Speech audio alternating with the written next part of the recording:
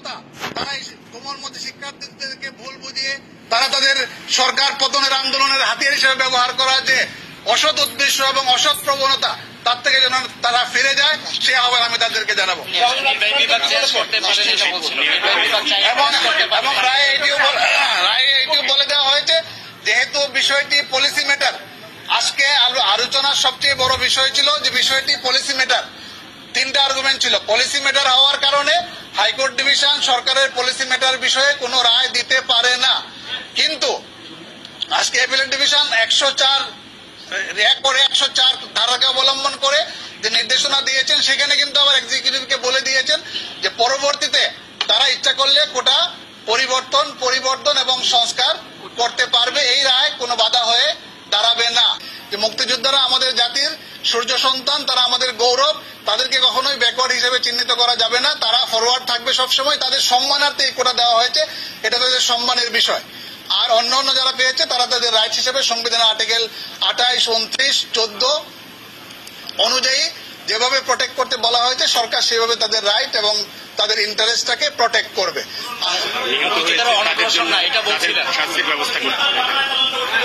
এবং নিহতের যে ঘটনা হয়েছে, সেই ঘটনার তদন্তের কথা বলা হয়েছে। মাননীয় বিচারপতি খন্দকার দিলুরুজ্জামান কে প্রধান করে যে সুপ্রিম কোর্টের বিচারপতি, উনি হাইকোর্ট ডিভিশনের বিচার প্রকাশ করেছে। তদন্তে সরকারকে সহযোগিতার কথা বলা হয়েছে এবং তদন্ত কাজে সরকারকে সহযোগিতা করার জন্য অ্যাপিলেট ডিভিশন বলে দিয়েছে। সার্টিফাইড কপি আমরা দ্রুতই পেয়ে যাব। বিশেষ করে অপারেটিভ পার্টের সার্টিফাইড কপি আমরা এক সপ্তাহের মধ্যেই বা তারও কম সময় 2-3 দিনের মধ্যেই পেয়ে যাব। পুরো জাজমেন্ট পেতে আমাদের একটু সময় লাগবে। বাংলাদেশের কোটা সিস্টেম এখন খুবই পরিষ্কার। 93% সাধারণ কোটা, 5% মেধাবী কোটা বা সাধারণ বলি, আর 5% মুক্তিযোদ্ধা, তার সন্তান, তার নাতি নাতনি। আর 1B কোটা, মেধাবী কোটা বা সাধারণ কোটা আমরা যেটা বলি, আর 5% মুক্তিযোদ্ধা, তার সন্তান, তার নাতি নাতনি। আর 1% ক্ষুদ্র নৃগোষ্ঠী, আর 1% হচ্ছে প্রতিবন্ধী এবং তৃতীয় লিঙ্গ। কিন্তু সরকারকে যে স্বাধীনতা দিল, সেটাতে তো এই 93% যে মানতে হবে, সেটা তো বাধ্যবাধকতা নাই। না, এটা হলো পরবর্তীতে পরিবেশ পরিস্থিতি বিবেচনায় যদি সরকার মনে করে, যেহেতু এটা পলিসি ডিসিশন। আর হলো আপিল বিভাগ ওনার রায়ে, আপিল বিভাগ রায়ে স্পষ্ট করে বলে দিয়েছেন যে বর্তমান প্রিভেলিং সিচুয়েশনে to do complete justice under article 104 of the constitution, exactly এই কথাটা অ্যাপিলেট ডিভিশন বলেছেন। তারা এই কোটার জায়গাটাকে নির্ধারণ করে দিয়েছেন এবং যে দাবিগুলি ছিল উভয় পক্ষ থেকে সংস্কারের, এবং উনি হাস্যরসাত্মকভাবে এটাও বলেছিলেন বা ইনভাইট করেছিলেন যারা আর্গুমেন্ট করার জন্য, অ্যাপিলেট ডিভিশন সেটাকে অ্যাকসেপ্ট করে নিয়েছেন এবং এই রাইট আদেশের শুরুতে কিন্তু বারবার চিফ জাস্টিস যারা কোটা সংস্কারের সাথে যুক্ত, আন্দোলনের সাথে, তাদেরকে খুঁজছিলেন। এর আগেও কিন্তু তাদেরকে কথা বলার সুযোগ দেওয়ার কথা বলা হয়েছিল। উনি কেন খুঁজছিলেন তাদের? যেহেতু তারা ইন্টারেস্ট প্রকাশ করেছিল, এর আগেও বলেছিলেন, এবং সকালবেলায় কয়েকজন বলেছিল তারা আসবে আদালতে, এই কারণে উনি খুঁজেছিলেন। সকালবেলায় পারমিশন চেয়েছিলেন। এখন তো কোটা থাকলোই না, প্রজ্ঞাপন জারি করার জন্য অপারেটিং পার্টটা হলেই হবে, অপরাধও নেই। আন্দোলনকারীদের সমস্ত দাবি মেনে নেওয়া এটা কোন ক্ষেত্রে প্রয়োগ হবে? সর্বক্ষেত্রেই প্রয়োগ হবে।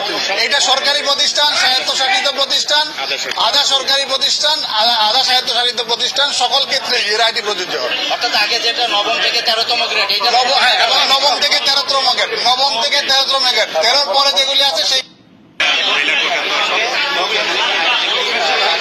ধন্যবাদ সবাইকে।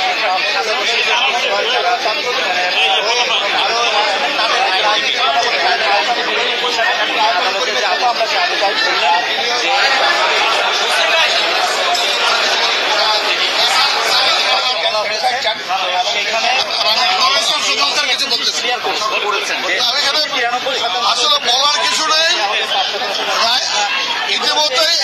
ইতিমধ্যেই আপনারা শুনেছেন যে মেধার থেকে 93%, আর বাকি যে 7% তার ভিতরে 5% মুক্তিযোদ্ধা কোটা, এবং বাকি 2% হলো সংবিধান অনুযায়ী যে 5টি আপনার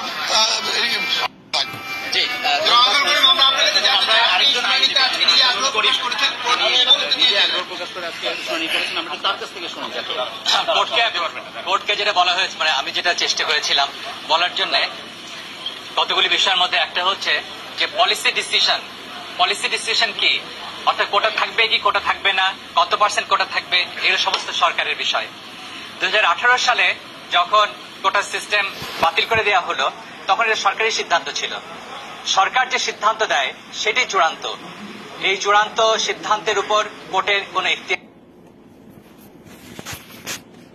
এর আগে হাইকোর্ট 18 সালের আগে যে পলিসি ছিল গভর্নমেন্টের 30% যে কোটা ছিল মুক্তিযোদ্ধাদের জন্য, সেটার উপর বেসিস করে এই সিদ্ধান্ত দিয়েছে। কিন্তু 2018 সালের আগে যে সিদ্ধান্তগুলো ছিল সেটা 2018 সালের কোটা সিস্টেম বাতিল হওয়ার কারণে, আর কোনো কোটা সিস্টেম না থাকার কারণে হাইকোর্টের সিদ্ধান্তটা ভুল ছিল। এক আর দুই, দ্বিতীয়টা যেটা বলার চেষ্টা করেছিলাম সেটা হচ্ছে যে সমস্ত শিক্ষা ব্যবস্থা, চাকরি, ছাত্রদের যে ভর্তি হওয়ার যে সুযোগ, সেটা মেরিটোক্রেসির উপর বাঞ্ছনীয়, মেরিটোক্রেসির উপর ভিত্তি হয়ে এটা বাঞ্ছনীয়। কোটা সিস্টেম এমন ভাবে না করা হয় যাতে করে মেরিটোক্রেসির উপর কোন রকম আঘাত পড়ে।